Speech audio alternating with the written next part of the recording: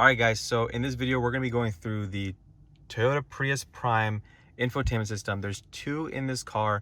I'm going to be going over the 8-inch system since that is significantly different than the full larger infotainment system that's also offered in this car. And there'll be two different videos. Let me just actually, hold up. Let me turn on this car. Turn on some fans here just because it is getting really hot in this car. So, all right. Let's get into it. So, I mean, off the bat, your home screen is pretty cool for the Prius specifically because you have your little circle here that shows you engines charging the battery, batteries are powering the wheel, or the engines powering the wheels directly. So you get that, you get your phone, small screen, and then you get your radio. This whole thing is actually customizable in the settings, and we'll see that in a little bit. So since that's the home, we'll go into our menu options. So the cool thing is here you do have your projection, and that's actually your Apple CarPlay and Android Auto. You have to enable it in the settings, and we'll show you how to do that as well. But I just wanted to point that out here. So going on to audio, you do have your FM. We'll turn that down so we don't get copyrighted here, and or copyright strike, excuse me. But here you have all your options, your station list. This, if it had SXM replay, you'd enable it here. You have different sources if you want to switch between Bluetooth, USB, CD. It still has a CD player. Yes, it's 2020, but it's okay. AM, FM, Sirius, Bluetooth. So you can reorder these as you want, which is pretty cool. I personally would probably be putting, where is it? You go over here, Bluetooth, bring that all the way over here. Put that first, because that's where it's at. And then probably aux, you know, because when you get past the aux cable, you're in charge, you know? So set that up. That's all nice. The next thing you have is your options here. Auto pause, you can turn that on or off. Let's go back here. And then you have your scan feature, you can turn that on or off. So let's just enable that there so you can see everything on. Going into sounds is your audio controls, your treble, mid, bass, your fader balance, your automatic sound leveler. That just is just a ASL is the short abbreviation for it in Toyota's feature list. If you are ever looking for in like the owner's manual and stuff. So it just changes the overall sound level of your audio. Let's say the radio is higher than normal, you can adjust for that there. So we can turn it off unless you want to set that later. Let's cancel. So let's go back into our menu and go to the next option, our apps. So these are the two apps in your Entune suite. When you connect to Wi-Fi, there are updates that occasionally come to this section where you can update your Entune app suite. And that's pretty cool there. We can go into our projection. So it's going to tell you this regardless of what feature you're using. Let's turn off the car because it's starting to get pretty cool. All right. So, we have to turn this back on here. Turn on accessories. Sorry about that, guys. All right. Hopefully this beeping doesn't keep going here. All right, that stopped, thankfully. You do have to press that caution every single time. It's kind of annoying, to be honest. But all right, let's pick up where we left off. Go to menu here. We go to projection. It's gonna give you that warning like I said earlier. Info is all your car info. Your economy, trip information, your history. It'll show you your logs. You can clear it and all that good stuff. Your trip information here if you want more detailed breakdown. Range. Lapse time after start, which wasn't much since we were here. You can clear all that if you want to set it for like a road trip. Go back. I like the fact they have a back button right there. Very easy to get to. You know you're going back one step. Let's go to vehicle alert history. It's going to show you any alerts that came on. There were a couple here, but these probably when they're doing their pre-delivery inspection, they had to make sure they clear all that. So all that stuff's been good. I'm not going to delete that. I'll let that up to the dealership to do. We go back into our menu, and next thing is setup. So this is where I was talking about earlier, where you set up your time. That's your clock. So if you go to system time, you can enter that in right there. Time zone, all that good stuff. Go back here.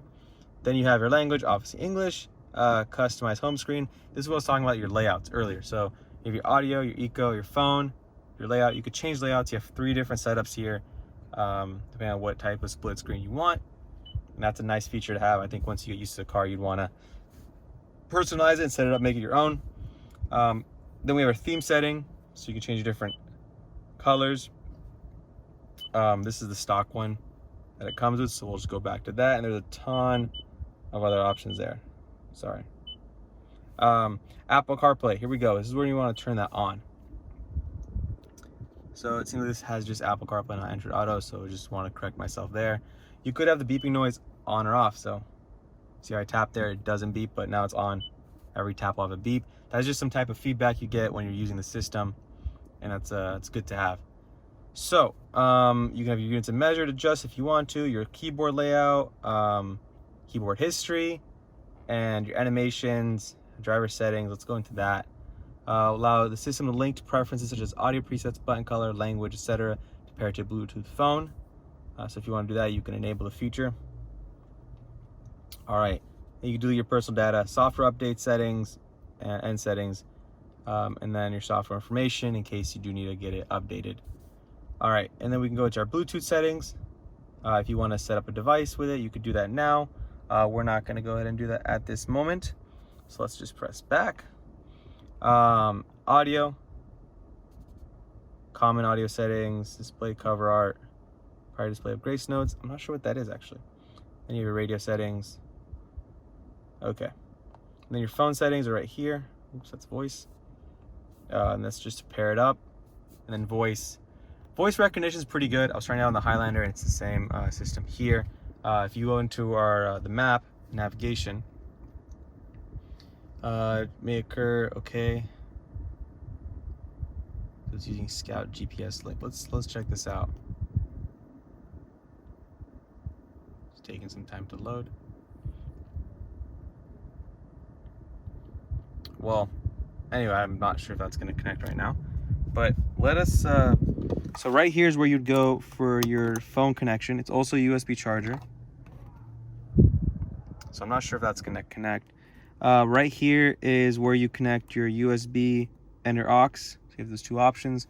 We're going to go ahead and plug in our phone right here. Let me just put that in there and show you guys how to get to Apple CarPlay. So just give me 1 second here.